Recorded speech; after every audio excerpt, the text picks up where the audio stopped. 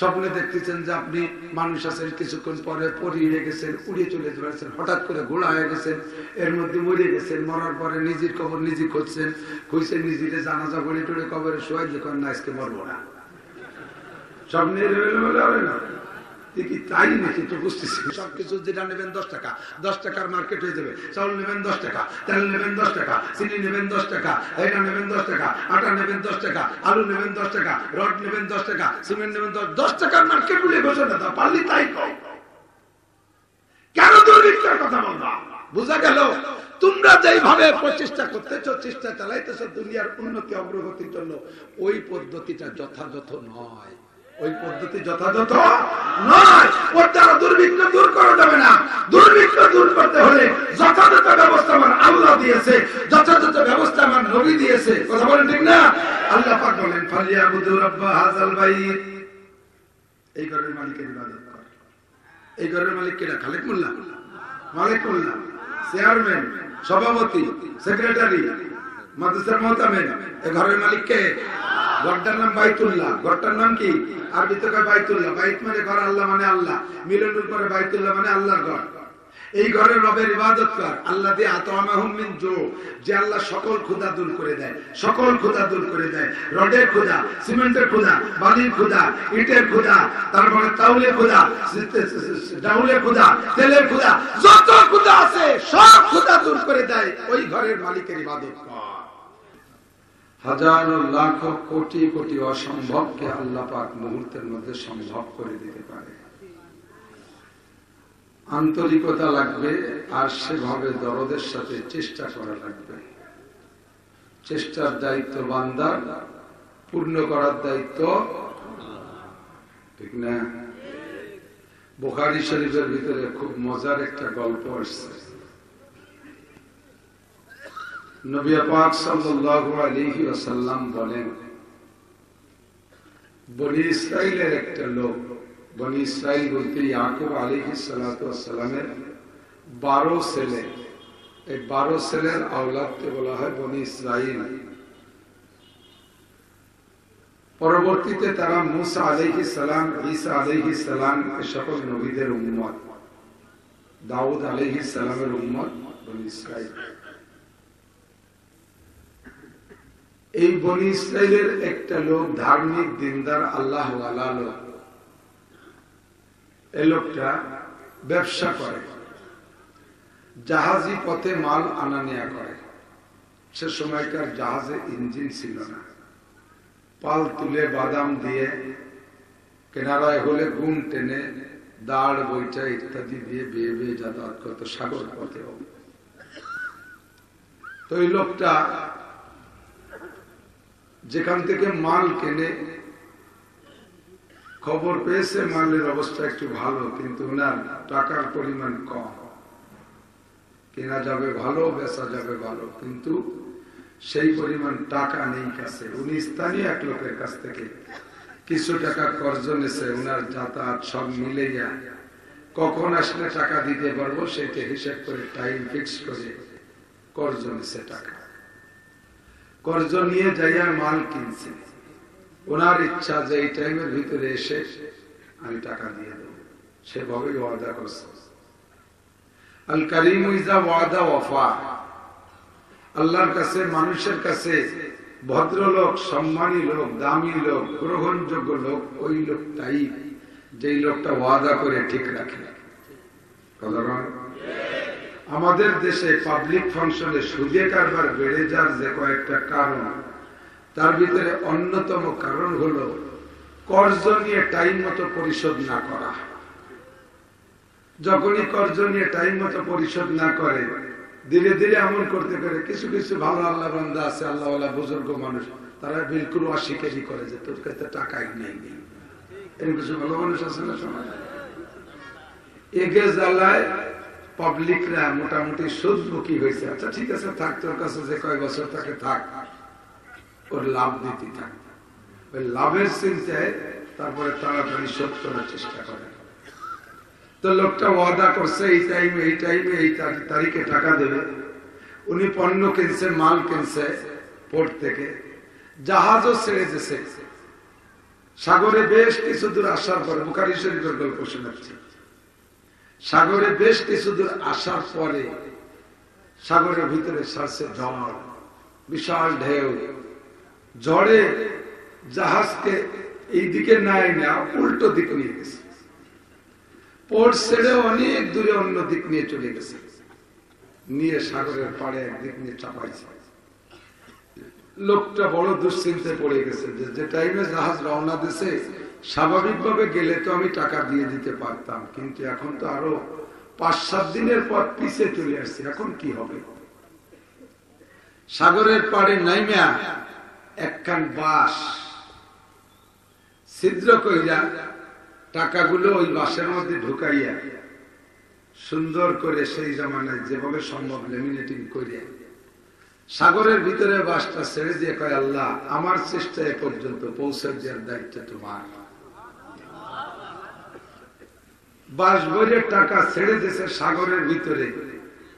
সাগরের পানিও চলতেছিল পাওনাদারের বাড়ির উল্টো দিক, যেখান থেকে ছাড়ছে উজয় ওদিক যাবে না, যাবে উল্টো দিক, বাটি ছেড়ে দিয়ে ও রেকিন যে টাকা তো মোটেই পাবে না, কখনই পাবে না, বাস যাবে নাকি ওই দিক? আর এত বড় সাগর, কোথায় মালিক? আর বাসের ইঞ্জিন নাই, এর সাথে লোক নাই, কোথায় নেবে, কে নেবে? কিন্তু ওনার জিম্মাদারি খালাসের দিয়েতে বাস ভরে টাকা দিয়ে ছেড়ে দিয়েছে। ওই পাওনাদার লোকটা জাহাজ যে টাইমে ঘাটে পৌঁছার কথা ছিল সেই দিন টাইম মতো ঘাটে আসছে, অপেক্ষা করতেছে দেখি জাহাজ আসে নাকি। তো দেখে যে জাহাজ আসতেছে, কন্যা সুবহানাল্লাহ, অথচ জাহাজের খবরই নেই। সাগরের পাড়ে যারা গিয়েছেন তারা বলতে পারবেন, বড় বড় জাহাজ যত দূরে থাকে তত ছোট দেখায়, কিনারে আসে আর ধীরে ধীরে বড় দেখায়। কিন্তু এই জাহাজ যা দূরে দেখা যাচ্ছে বড় জাহাজের মতো, কিন্তু যত কাছে আসে তত ছোট দেখায়। উনি কে কোন তামাশা কি জেনে ধরল নাকি আমারে নাকি?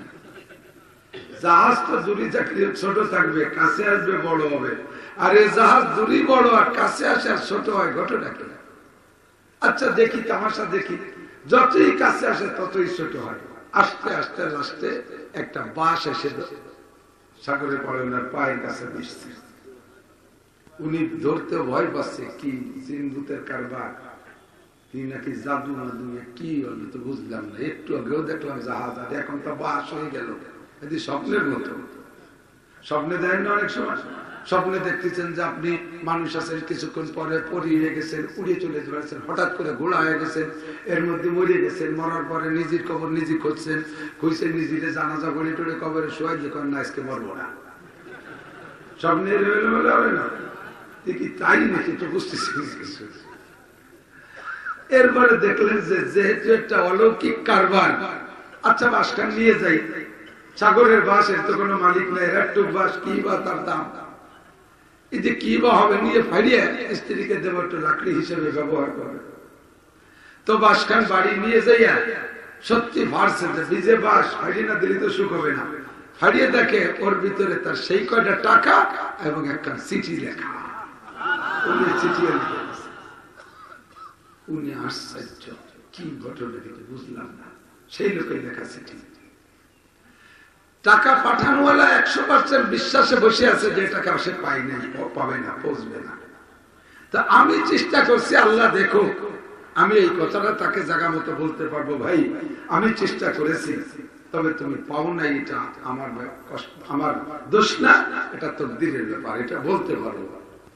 ওই লোকটা 10-15 দিন পরে জাহাজ নিয়ে ঘাটে আসার পরে মাল বিক্রি করে পরিমাণ মতো টাকা নিয়ে পাওনাদারের বাড়ি গেছে, খুব কাঁপতে কাঁপতে, জানলা কিছু কইয়ে না বসে।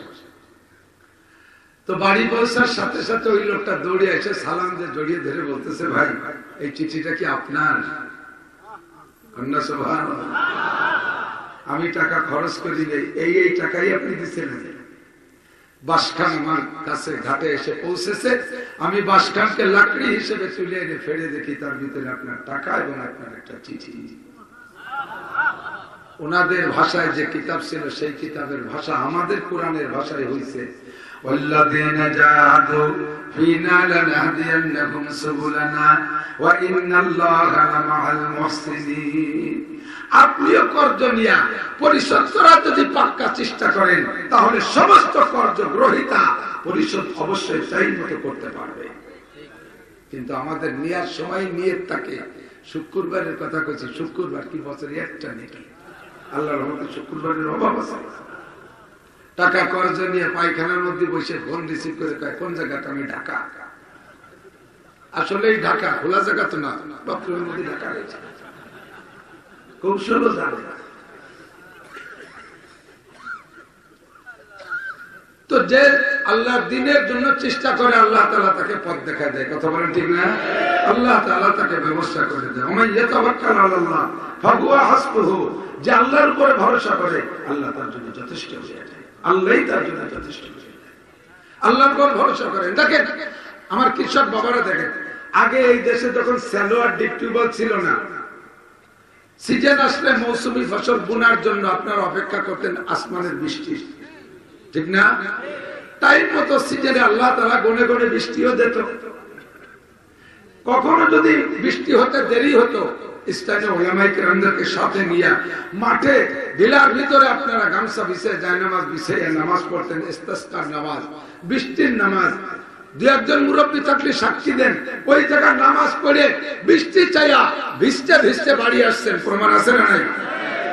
আর এখন মক্কায় দোয়া হয়, মদিনায় দোয়া হয়, ইস্তেমায় দোয়া হয়, চরমনের ময়দানে দোয়া হয়, সারা মসজিদে দোয়া হয়, পানির জন্য দোয়া হয়।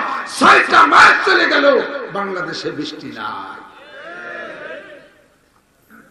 তোমাদের ভরসা আসমানের দিকে নাই, চলে গেছে কোন জায়গায়? আল্লাহ কবে বৃষ্টি দেবে তাই যে পাট গুলো গুলার কষ্ট হবে। আল্লাহ উপরের পানির ভরসা ছেড়ে দিয়েছ, নিজের প্রযুক্তিমুখী হয়েছ, ঠিক আছে আমার পানি দিলাম বন্ধ করে। এবার নিচের যে পানি উঠাচ্ছেন ও পানির মালিক কে? আল্লাহ। উপরের পানির ভরসা ছেড়ে দিছিস, দিছি বন্ধ করে। নিচের পানির মালিক তো তোর বাপ না, তোর সরকার না, তোর জাতিসংঘের মহাসচিব না। উপরের বাড়ি যে আমার মালিক, নিচের পানির মালিকও সেই মালিক। আসমানি বাড়ি বন্ধ করে দিয়েছি, পানি মাটির নিচের বাড়ি বন্ধ করে দিলে পানি পাবি কোথায়? ফাইনাল মাপা কোথায় যাবি? ভরসা কর আসমানের দিকে। অফিস সামায় রিজকুকুম, রুজি আসে আসমান থেকে। কোত্থেকে? আসমানের পানির দিক মুনাজাত কর, তাড়াতাড়ি কান্নাকাটি শুরু কর। আবরনা ইয়াদ আসমায়ে মানএ যাকাত, আবরনা ইয়াদ আসমায়ে মানএ যাকাত, والزنا ابتدبا عند الجهاد، والزنا ابتدبا عند الجهاد। আল্লামা জালালউদ্দিন রুমি রাহমাতুল্লাহ আলাইহি মুসনাদ শরীফের ভিতরে কোরআনের হাদিসের তরজমা মিলায় বলেন, আপনারা ইয়াদাস কয়ে মানে যাকাত ওয়াজনা উবতাদাবা আনদার জিহাদ। দুইটা গজবের দুইটা কারণ। বৃষ্টি বন্ধ হওয়ার কারণ হলো যাকাত বন্ধ করে দেওয়া। বড় লোকরা যাকাত দাও না, কি দাও? যাকাত দাও না, দাও কি? রমজান মাস আসলে কয়খান লুঙ্গি, এইটা লুঙ্গির নাম তুই কি মনে আছে নাকি? এক শ্রেণীর লুঙ্গি। এত ভাস্কুলাস লুঙ্গি দেয়, 2বার 3বার দোয়ার পরে মালটার কাটিয়ে গেলি, এরপরে লুঙ্গি পরে দরজার কাছে পাও ভাগ করে দাঁড়াবেন, ভিতরে তাকালে আউলাকে সব দেখা যায়, আর এর মধ্যে কি আছে তাও দেখা যায়। এই লুঙ্গিতে যাকাতও দেয়। শাড়ি দেশে কয়েকখান টানিয়ে বিটিরা বগরে নেয় আর কাজাতি কাজাতি যায়। যা কাপড় দেশে ওকে ছাগলের গামুছাতে না, ও হবে না, ঠিক না? এ আবার ভিডিও করে ক্যামেরায় ছাড়িয়ে দেয়। ওর নীতি আছে, আবার 5-6 জন পাড়া খেয়ে মরে যায়। তোর ওই মশারির টানা আর ওই এক্সের লুঙ্গি, ওই দেখি তোর যে কটা পাড়া খেয়ে মারছে তার কাফারা আদায় করতে পারবি? এই শীতকালে কম্বল দেশে, আরে কম্বল, আল্লাহ কি কম্বল দেশে, কম্বল যা দেশে যারে দেশে সে তা নিয়ে গায়ে দেয় না, দুয়ারের দ্বারে ভেলাই তুইছে, কয়েকদিন পাপস বানাইছে। ছাগলে ব্যবহারে ডাকতেছে, কাকা আমার কাল লাগছে, পাপস নেবে না, আমারে জ্যাকেট বানাই দেবে। তাই যে ছাগলের গায়ে জ্যাকেট বানাই দিছে। ছাগলের গায়ে দিয়ে 2 মুখ দেশে পেশাবে ভিজে গেছে, কয়ে কাকা কাঁপতেছি, তাড়াতাড়ি খুলে নেবে। খুলে নিয়ে তাই ধুয়ে মুছে মুড়ি বাজা পাইলিনের পাইটিও বানাইছে। এই দেশে যাকাত, কাজে আসমানি যাকাত বৃষ্টি বন্ধ। কথা বলেন, আসমানি যাকাত বৃষ্টি বন্ধ। যাকাত দেওয়ার লোকটা ঠিক মতো একটু লামসাম দিয়ে তাই দিয়ে আবার বিভিন্ন জনের বিভিন্ন উদ্দেশ্য, উদ্দেশ্য আর কোথা গেলাম না যাই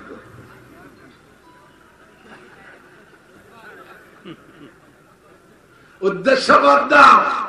জাকাতের টাকা দিয়ে ভোট কিনা জায়েজ নাই, জাকাতের টাকা দিয়ে দল জাতানো জায়েজ নাই, জাকাতের টাকা দিয়ে এভাবে ইউটিউবে ফেসবুকে ছাইড়ে দিয়া যে নাম কামাই করতে যাও, এটা বিলকুল ইবাদত না, সম্পূর্ণ ধোঁকা ছাড়া আর কিছু না।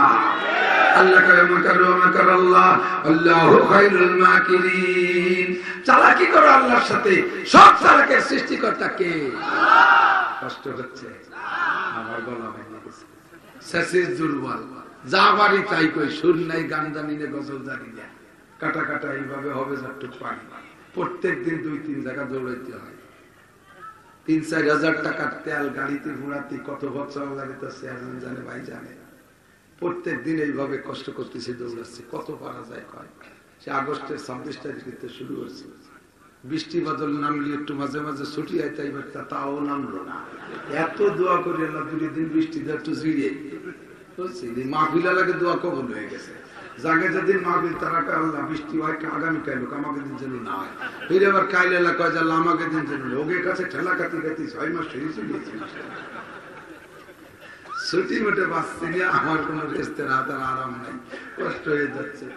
তো আসমানি বৃষ্টি বন্ধ হওয়ার যে 2টা কারণ, তা হলো জাকাত। আমি আর অনেক আগে তখন লক্ষ্মীবাস মাদ্রাসায় পড়াইতাম, সেই সময় আমি গেছি প্রথম সময় 2002 সাল, 2001-2003 এই সময় লক্ষ্মীবাসা ছিলাম, 20 বছর আগে। ওই সময় একবার ঢাকায় গেছি রমজান মাসে মাদ্রাসার কালেকশন করতে যাই, ইনকিলাব পত্রিকা ছিল, ইনকিলাব পত্রিকা খুললাম, পত্রিকা পড়ে দেখতেছি জাকাত সংক্রান্ত ইসলামিক ব্যাংকের একটা তথ্য দিছে যে বাংলাদেশের পয়সাওয়ালাদের যেই টাকাটা ব্যাংকে আছে, যে টাকার হিসাব ব্যাংকে আছে, ব্যবসার টাকারও কিন্তু জাকাত দেয়া লাগবে, কিন্তু ব্যবসায়ীরা কয় টাকা কোন জায়গা ইনভেস্ট করে বসে আছে ওটা খুঁজে বের করা সম্ভব না।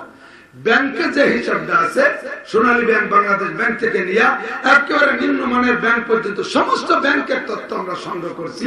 আপাতত ব্যাংকে জনগণের যেই টাকা আছে ওই টাকার 40 ভাগের 1 ভাগ যদি জাকাত হিসেবে বের করা হয়, তাতে আজ থেকে 20 বছর আগে টাকার পরিমাণ আসবে, শুধু জাকাতের টাকা মিলে 40 ভাগের 1 ভাগে আসবে 64,000 কোটি টাকা। 64,000 কোটি টাকা আসবে, আবার 40 ভাগের 1 ভাগ মূল টাকা থাকলো। তাহলে 64,000 কোটি টাকা মানে 64 জেলায়, প্রত্যেক জেলায় 1,000 কোটি টাকা। আপনাদের নড়াইল জেলায় 1,000 কোটি টাকা, 4টে থানা, নড়াইল, লোহাগড়া, কালিয়া, নড়াগাতি, 4 থানায়, এক একটা থানায় ভাগে পাবেন 250 কোটি টাকা, তাই তো? 1,000 কোটি 4 ভাগের 250 কোটি না, 250 কোটি থানার টাকা এক থানায় ধরে নেন 10টা ইউনিয়ন, তাহলে এক এক ইউনিয়নে পাবে 20 কোটি টাকা। 20 কোটি টাকা যদি শুধু এই ব্যাংকের টাকার 20 কোটি টাকায় একটা ইউনিয়নের 10 গ্রামে ভাগ করে দেয়, তাহলে ওই 10 গ্রামের কোন গরিব গরিব থাকবে না, কোন ভিক্ষুক ভিক্ষুক থাকবে না, কোন এতিমখানা মাদ্রাসার অভাব থাকবে না।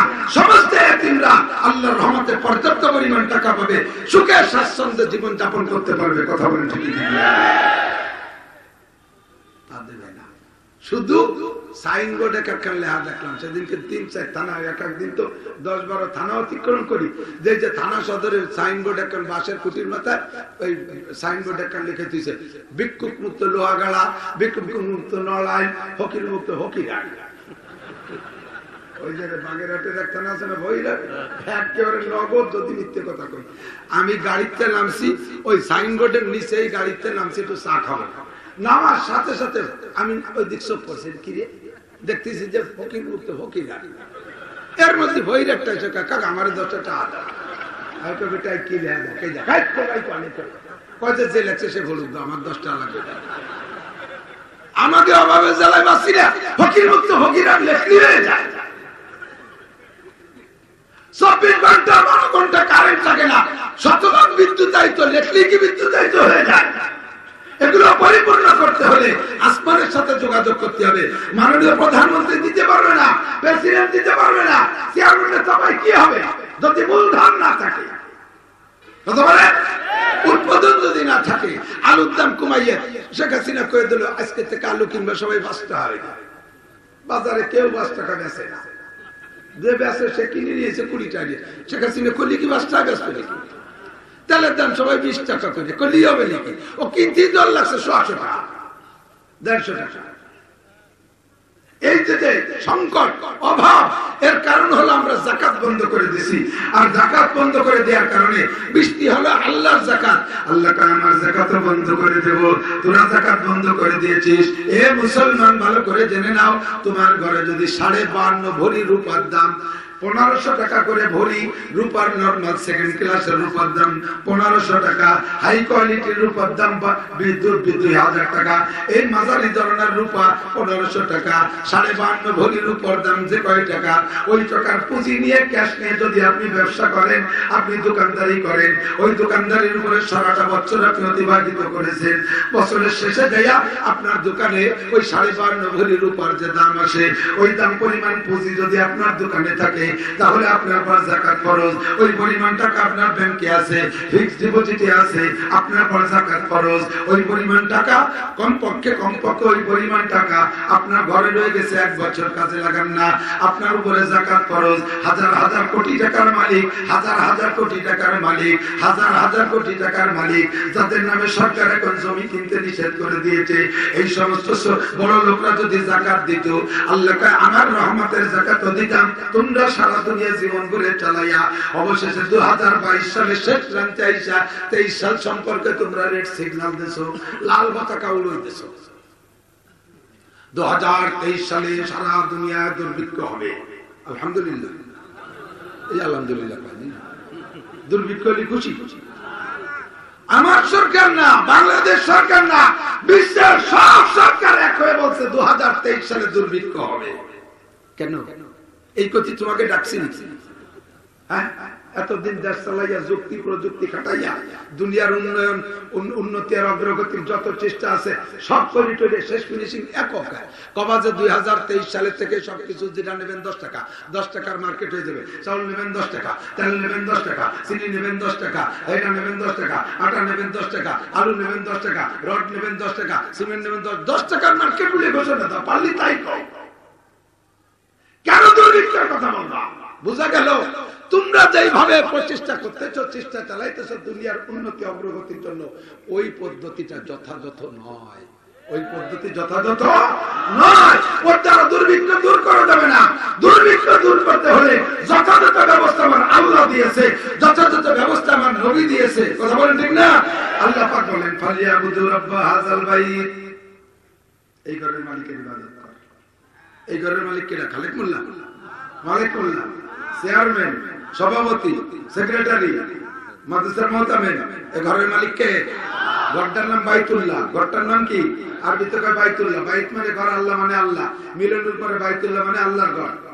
এই ঘরের রবের ইবাদত কর। আল্লাহ দিয়ে আতামাহুম মিন জু, যে আল্লাহ সকল ক্ষুধা দূর করে দেয়, সকল ক্ষুধা দূর করে দেয়। রডের ক্ষুধা, সিমেন্টের ক্ষুধা, বালির ক্ষুধা, ইটের ক্ষুধা, তারপরে চাউলের ক্ষুধা, ডাউলের ক্ষুধা, তেলের ক্ষুধা, যত ক্ষুধা আছে সব ক্ষুধা দূর করে দেয়। ওই ঘরের মালিকের ইবাদত কর। আমানাহুম মিন খাউফ, কিসের কিসের ভয়? সব ভয় থেকে নিরাপদ ব্যবস্থা করে দেবে। কিসের ভয়? করোনা থাকবে না, দূর করে দেবে আল্লাহ। ভূমিকম্পর ভয় দিচ্ছে, জান না? তুরস্ক মাইক খাওয়ার পরে এখন আমাকে বুদ্ধিজীবী গে কানে ভাঙি গেছে, তাহলে সিলেটও হবে, ঢাকাও হবে, চট্টগ্রামও হবে। ঠেকাও, পারলে ঠেকাও। ফাইনাল মাথা সানাস্তাদ্রিজুহুম মিন হাইসু লা ইয়ালামুন। আল্লাহকে এমন মার দেব, ডাল পাত দিয়ে একদিক, কোপ হবে আর একদিক দিয়ে, ঠেকাতে পারবি না যদি এই ভয় থেকে বাঁচতে হয়। ফালিয়াবুদু রাব্বা হাযাল বাইত আল্লাযী আতামাহুম মিন জু, সব ক্ষুধা দূর করে দেয়। ওয়া আমানাহুম মিন খাউফ, নিরাপদ জীবন যাপনের ব্যবস্থা করে দেয়। নবী পাক বলেন মান হাফাযা আলাস সালাওয়াত, যে ব্যক্তি 5 ওয়াক্ত নামাজ পড়ে, যে ব্যক্তি যে ব্যক্তি 5 ওয়াক্ত নামাজ পড়ে, কয় ওয়াক্ত? জ্বর হলো না? জানি আরেক দল বেড়েছে আহলে কুরআন, তারা কয় 3 ওয়াক্ত, তারা কয় 3 ওয়াক্ত। এরা সালাম দিতে যে আসসালামু আলাইকুম কয় না, কয় সালামুন আলাইকা, সালামুন আলাইকুম। কয় কি? কয় কুরআন শরীফে দেখছি আসসালামু আলাইকুম লেখা নাই, কোন জায়গা আছে সালামুন আলাইকুম তিন পাত করলে এই জন্য সালামুন আলাইকুম কয়। ওই সূরারে পালি একটু কইতাম যে তুই একটু কোরআন শরীফ পড়া শুরু কর, দি কি দিয়ে করবি? ও নিশ্চয়ই বলবে আউযুবিল্লাহি মিনাশ শাইতানির রাজিম, কিন্তু কোরআন শরীফে আউযুবিল্লাহি মিনাশ শাইতানির রাজিম কোন জায়গায় লেখা নাই। ওই যা করাতাল কোরআন ফাস্তাইজ বিল্লাহ, তাহলে ওর ফাস্তাইজ বিল্লাহ দিয়ে শুরু করতে হবে। তা ক ফাস্তাইজ বিল্লাহি মিনাশ শাইতানির রাজিম, তা তো কইছ না। আহলে কোরআন করাও, কোরআনের হাদিসকে মিলাইয়া গুছাইয়া ওর ভিতর থেকে যে যে ইলমের দরকার, উম্মতের জন্য যা দরকার, আবু হানিফা, শাফি, আহমদ, মালিক, তারপর ইমামে মুহাম্মদ, ইমামে আবু ইউসুফ, ইমামে সুফয়ান, বড় বড় উলামায়ে কিরামরা জীবন তর পরিশ্রম করে কোরআন শরীফ, কোরআন হাদিসের ভিতর থেকে বান্দা যেভাবে আমল করতে পারে সহজভাবে সুন্দরভাবে আমাদের সামনে উপস্থাপন করেছে। কথা ঠিক না?